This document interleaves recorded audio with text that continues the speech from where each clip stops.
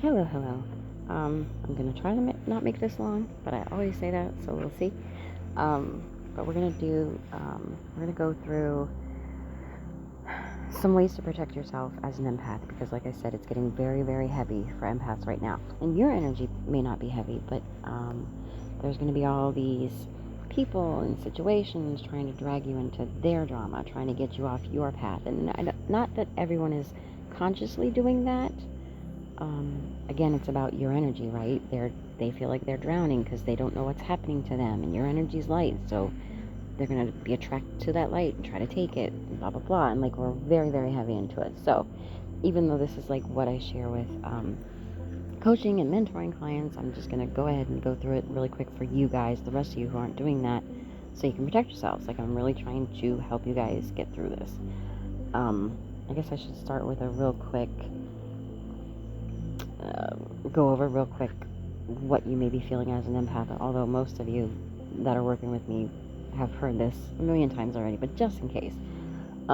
Basically, empaths, you're going to be feeling other people's emotions and energies as if they're your own. So let's say things are going well for you and you wake up and you're in a decent mood, but then you come across somebody in heavier energy, or somebody that's in heavier energy has kind of hooked onto your energy and is siphoning your energy, because sometimes you'll feel this way and not know where it's coming from.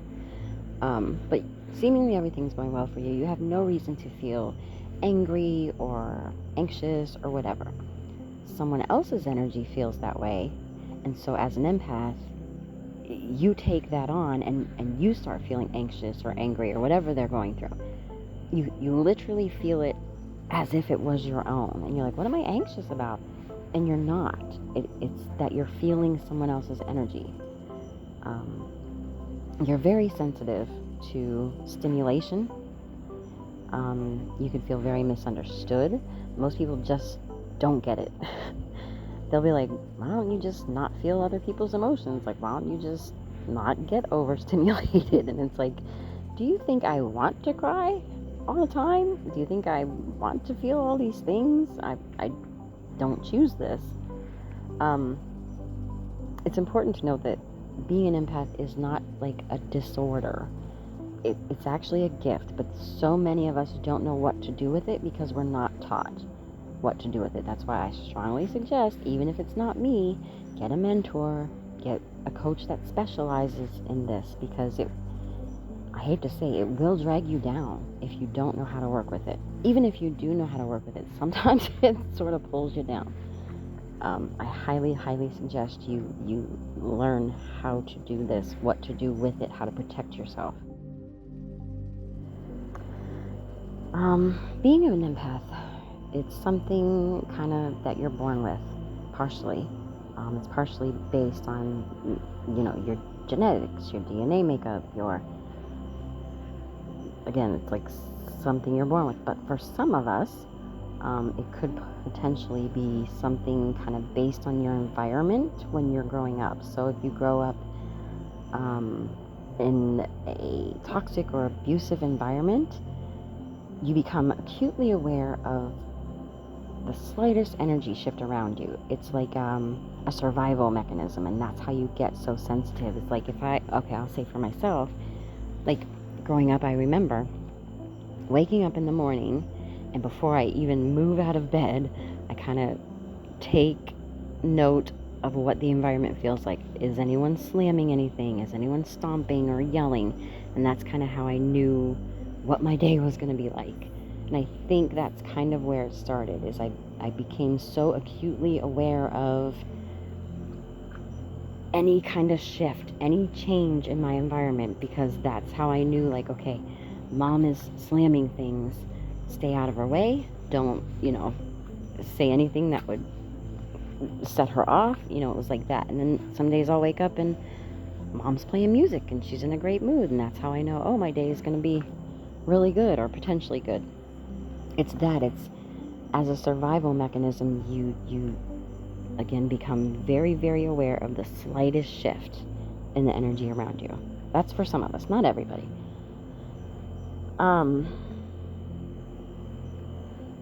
Sorry, this just came through. I did not think to say this. For some people,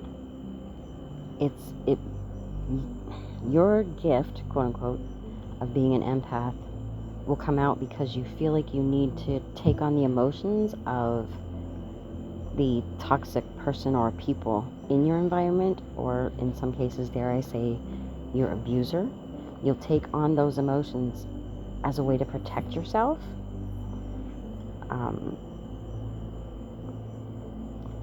I don't want to say that no empath has ever come from a beautiful, loving home. I don't know of any, but there could be. Most of us, and it's not like blaming anyone's parents or wherever you grew up. Maybe it's not the home you grew up in. Maybe it was daycare you went to, or I got to go to my grandparents, or there's some environment usually in your childhood that was not peaceful. We'll say that. There's also different levels to being an empath. Some are very extreme. I'm incredibly sensitive to, like I said, the slightest shift in energy. And some people just sort of, I can feel you're in a good mood or you're not in a good mood, or like there's different levels. Again, I'm definitely extreme. I'm hypersensitive.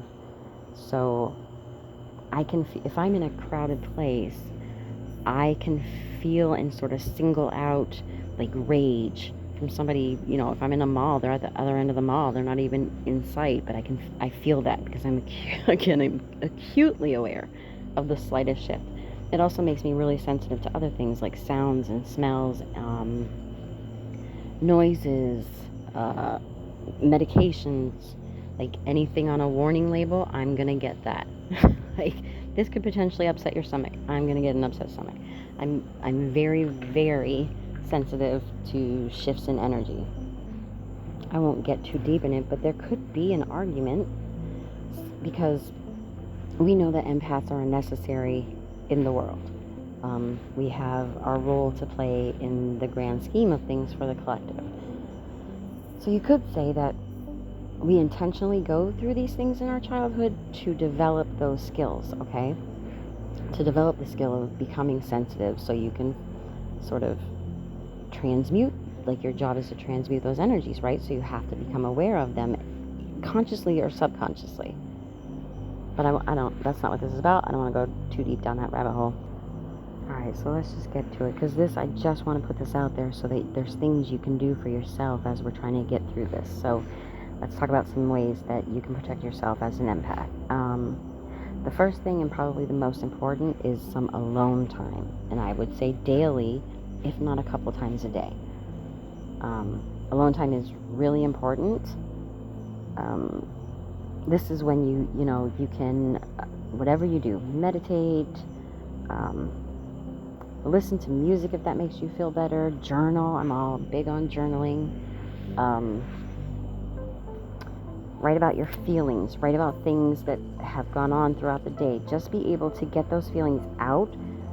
Or maybe it's time where you can meditate, time where you can be creative, but you really need downtime because you're so hypersensitive. You always have so much going on, and you're overstimulated. You need the downtime to be able to kind of release all those emotions and to kind of process what's going on. If possible, one place I really suggest, and can be really relaxing for a long time, especially when you're an empath, is to be in nature. Because we're all energy. When you're an empath, you feel better kind of connecting to the earth. Electronics and buildings and all the things we have now, they aren't natural. It's not normal for us. But we didn't evolve with those things, so we go back to our roots. That's the best way to feel grounded. It's also a place where we don't have to take on other people's emotions or stimulation, etc., etc. So it's important to have alone time to recuperate and to kind of center yourself, ground yourself. It's important that that alone time is super important, because when you're with someone else, you take on their energy, right? You're an empath, so you have to Have that time to yourself. You need time where you can sit with your own energy and be able to just be alone, do what you need to do, because you're always constantly taking on the stimulation and the energies of everyone else. If you don't have alone time, you will eventually get to the point where you're maybe having a lot of anxiety and panic attacks, or you're feeling like extreme amounts of, negative, heavy emotion, because you're not having that time to center yourself.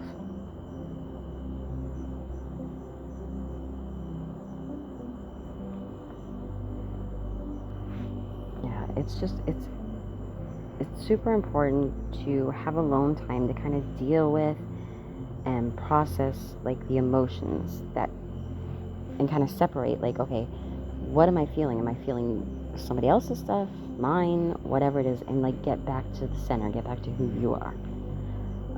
Another thing is to detach. You need to detach. You need to kind of differentiate your feelings from someone else's. So if you walk in a room, which is very common to feel a lot of different people's emotions, or you're with someone and they're telling you something, whether it's happy or sad, or they're feeling angry, whatever it is, you need to make sure that you take a step back, and you need to think, okay, is this my emotion or is this the other person's emotion?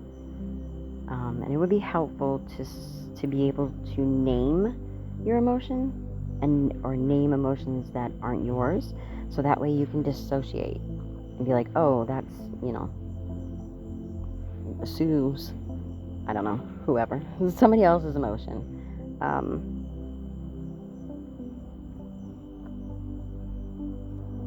But it's important to be able to differentiate that, so you can, like, oh, here comes, again, as an example, Sue, and she's coming in with this emotion. Like, that's not mine, it's someone else's. It's also really important to understand, you're kind of, although you're taking it on and you're feeling it, you're kind of imagining what the other person's feeling. You don't actually know, because they may be feeling something at an entirely different level, but because you feel things so intensely, you're feeling it your way. You're feeling their emotion your way. So let's say somebody has anxiety. Maybe they don't feel it as deeply as you're feeling it, but you're sensitive, so when you feel anxiety, you really feel it. You feel it deeply. They may not be feeling it that deeply. I hope that makes sense. Okay, sorry, I had to come inside. So again, like, you may be feeling it, and most likely as an empath, you will be feeling it much, much more deeply than the other person. So that makes it even more important to kind of be able to detach from it and leave it, because they may not even be feeling it that deeply, but because you feel anxiety really strongly when you have your own anxiety, you will be feeling it deeply. Or when someone's anger energy and you're feeling that, they may not be actually that angry, but because you feel anger very deeply, you're feeling it, you know what I mean, at a much deeper level than they are. So you need to detach. And you also, how can I say this? As an empath, you feel things at an extreme level, the good and the bad, right? So there is not really any emotion that you're going to feel just slightly, even though the other person might be. They may just slightly be feeling that. You're going to feel it, and it's going to be extreme.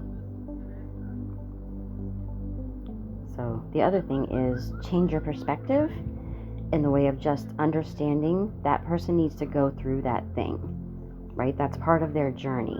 And that's the hardest thing, because you'll see somebody kind of suffering or struggling, and well, A, you take it on, so you want that to stop. But B, you don't want to see people struggle or suffer. So you'll sort of take on their problem, thinking, I can help them solve that. I can make this better for them, or, however you see that. But usually, it is something that this person needs to go through. It's part of their journey. It's important for them to experience that thing, and it's okay for them to experience that thing. That's the hardest thing, I think, is we want everybody to just be happy and content all day, every day, for their entire lives. But that's not what we're here for. They have to experience those things, and it's okay to let them. That's a big thing that most empaths have to work on. A lot of times when you're an empath, when you take the emotions of others, you want to jump in and help them because you know what it's like to feel that. So you'll want to help them, So just understand they have to go through the journey, and it's okay. They need to deal with that emotion. They need, to learn the lesson that's coming from it, or maybe sometimes they just have to learn how to process their emotions, right? Maybe they're going through lessons for emotional intelligence. And it's kind of like if we continuously interfere, we're robbing them of those lessons, or we're robbing them, you know what I mean, of the journey of, learning to process the emotions or whatever it is. We need to let them go through that. And that's the hardest thing, I think.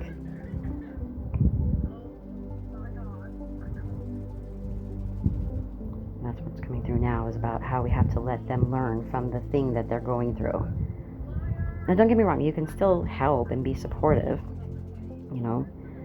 A lot of times somebody will be struggling with something that you've already been through. You know how to, I know exactly how that feels. I know this is what helped me, and that's okay. But also you can't push it. You can suggest, when I went through that thing, this is what helped me. Don't push it. Because most people, if they're struggling with something and they won't listen to what you're saying, they're not ready. Do you know what I'm saying? If I'm going through something and I'm just about through it, I've pretty much learned the lesson. What you say will make sense. You won't have to fight me on it. I hope that makes sense. But you just need to make sure that, you're in the back rather than being in the front trying to solve everything. So definitely try to detach and again, name it. It's super important that we can name our emotions and allow it to happen, and understand it's not your emotion, and it's not something that maybe they entirely feel as strongly as you, and it's okay. Okay, so then, let me stop here for a second. Okay, next thing, visualizations. That's really important. I'm very big on visualizations since, as I always say, your brain doesn't know the difference between imagination and reality. So when you imagine things, it feels like it's actually happening. So there's 3 different things that can be really helpful with visualization. One is like a shield. So maybe in your alone time, what you can do is you can, you're feeling all these emotions. You can visualize a shield of, protecting yourself from that emotion, especially the negative ones. You can imagine that negative emotion coming, and you can imagine putting a shield up, and it bounces off. Now I'm good. I don't want to take on this emotion. Another thing that can be helpful is to visualize yourself putting the emotion behind you. So rather than being in front of you, or you can walk past it, and then it's behind you. It's all right, bye-bye. I'm walking away from you. Not, taking that on. That way you can feel like you're moving on. You're moving forward without that emotion. Another thing you can visualize is imagine sending it back into the universe. And this is really helpful for me because I know the universe and Earth, all of those things will take on energy and transmute it. So you can give that energy, give it a color. Imagine gray or yellow. Just imagine the feeling, just putting it back, giving it back. Here, I got it for a little bit. I'm going to throw it right back to you, and it'll be transmuted for you. Or whatever works for you, but just, visualizing it, all these different emotions that you were feeling, you can visualize releasing them or blocking them or whatever, so you don't just carry them, with you. And so that brings me to meditation. Meditation is so great because it teaches discipline. It can also really help with energy, balancing out your energy. It makes you feel really focused and peaceful, and it helps, calm over being overstimulated. I love meditation. It's so great. The feeling of meditation is like the calmest, most peaceful, kind of enlightening moment. Like it's almost like you're about to fall asleep, but you're awake at the same time. That is my favorite vibe to be in. It's like that moment when you're going to bed at night, when you're not awake, but you're not so deep in sleep that you don't know what's going on around you. Like, should you need to jump up, you can jump up. Like, that is my favorite energy to be in. Or people call it like, oh, I was just quote unquote nodding off. I love it. So if you don't know, to meditate, you really just are focusing on something, focusing on a visualization, focusing on, you can do guided meditations, focus on some sort of thing to help with that discipline of your mind, to help calm your entire body, because our minds are always like going. And as an empath, you're easily overstimulated. So like the majority of times, like normal people are here and they're okay, and you're usually here with stimulation, and then you get to a really high point. So you want to be able to get to some sort of your own normalcy. My throat. So highly recommend meditation. The next thing is boundaries. Whew, and I know I'm saying this all the time, but boundaries, they're so important. Like, a boundary will help you and the other person understand your capacity, what you're able to handle. Boundaries or fences we put up to protect ourselves, right? So as an empath, you need to protect yourself. Being an empath is great. There's so many blessings, but it also comes with a price. And the price is that you easily will feel hurt, right? You'll want to see the world and think the best of others, which will cause you to draw in really toxic people. You'll deal with things that most people don't deal with. And so with that, you need to protect yourself, because as an empath, you're a natural healer, you're a natural giver. So it's really hard to close it off, because when you see someone, you want to help, you want to heal. You don't want them to experience that pain. You know what it feels like, and it doesn't, boundaries don't mean you're completely closing yourself off and like you cannot ever do things. It's just, there's a limit. You need to understand your limits. So maybe something is like, if you're someone that helps people, maybe you're like, okay, after 5 p.m. I'm done. This is something I struggle with, because I have my coaching plans, and I try to say, like, yes, you can reach out to me, I want to be available to you, but like, let's say 8 or 9, no more. And then somebody will inevitably message at like 9:16. Like, I struggle with this too. Like, I want to be here. I know we're going through all this stuff, but I've got to have a boundary. So just the last couple weeks, I've just like, I'm done. I shut everything off at 9 o'clock. So sorry to you guys that don't remember till 9:06, but at 9:06, I'm not available. You'll have to wait till tomorrow. But we all have to have that. Even when we're like, oh no, I really want to help people. That's great, and that's awesome. But there has to be a limit. You know what I mean? So maybe, like I said, maybe you say after 5 p.m., I'm done, like I can't do this anymore. And that's, like I said, I'm still working on that. I've set my time, and that's my time. Like, here's the thing, you want to help people, but you cannot help people if you're completely drained. So set your limit, whatever that looks like for you. You need your time where you can relax and detach and, again, get back to your center. You need to kind of close off that energy of other people and their emotions. So you need to get comfortable with saying no. And you need to get comfortable with, like, you don't have to explain yourself. It's okay. It's okay to say no, and you don't have to say why. You know when you're available, when you are energetically and emotionally available, and when you're not. And you don't have to explain that. You can say no, and that's the end. But that's a big struggle that empaths have. There's times when maybe, you're feeling overstimulated, or you're feeling burnout, or you need to just recuperate, or you just don't want to do that thing. You need to say no without feeling guilty. Because a lot of times you will feel guilty because you feel this emotion. You're like, oh, I feel this emotion, like they're probably feeling this emotion, and so it's hard to say no. If somebody reaches out, like if I, as an example for a coaching client, if I say, I'm not available on Thursdays, but then somebody reaches out and I can feel what they're going through. And it's like, how can I say no? And they're feeling like this, but I have to. You have to set limits, especially if you have already set those limits and said those things. I am not available on Thursdays. I am not available on Sundays. I'm not available after 9. And they're doing it anyway. Do you know what I mean? You have to. You need to get comfortable saying no.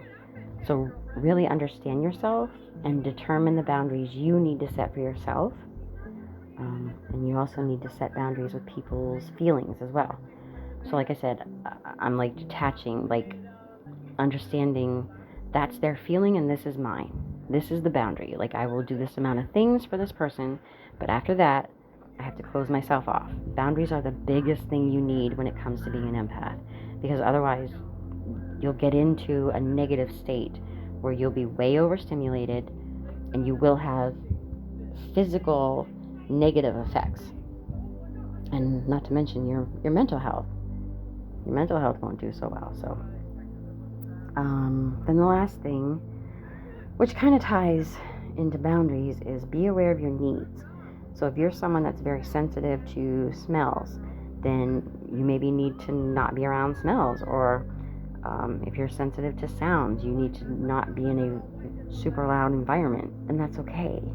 Or have a time limit of how long you can be around those things.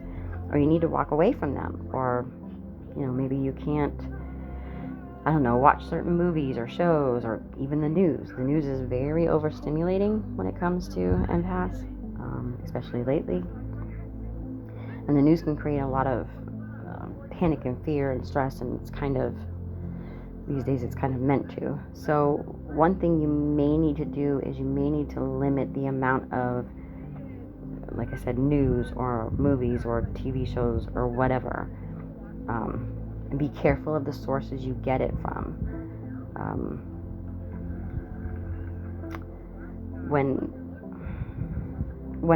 So I know when I see things on TV or like the news, like my heart will hurt. I'll get like the sick feeling of, I don't know how to say this. There's a difference, for me anyway, between feeling sick to my stomach and sick to my heart. And I think that's like an empath trait. I haven't really worked that out yet, but I know that's how I feel, because the news especially is hard because you see suffering and you see, people being mistreated or violence or whatever, and it's some distant place where you can't do anything about it. That's the hardest thing to watch. So sometimes you have to really limit the news that you watch. While I understand everybody wants to kind of keep up with what's happening, and that's okay, set the boundary there. I'll check in once a day, but that's it. I'm not going to be I can't be that person that has the news on 24/7. I can't be that person. I'll never get anything done. So be careful of the amount of, the amount you're around certain things. Also, another thing with like boundaries and needs, like you may need to be guarded around certain people. So if you know that there's someone that they're super negative, you may need to be more guarded and protect yourself and be careful of how much you give to that person, because they may be someone that takes advantage. Do you know what I mean? You need to really sit with yourself and identify, like, okay, how do I react to things? How do I feel about, certain things? What are some of my triggers that may cause me to feel things more intensely? And what do I need? How do I handle this situation? How can I give myself that need? With being an empath, it's all about balance, because you are, again, a natural healer. It's all about, using your natural talent to help others, but also making sure there's still room for yourself to be able to protect yourself and have things for yourself. But there's some really cool parts too. There's a lot of really cool parts about being an empath. Being an empath, like, since you can feel things more intensely, excuse me, like you feel those good moments really intensely as well. So not only do you intensely feel, the negatives, you intensely feel joy that other people don't get to experience. That's a plus.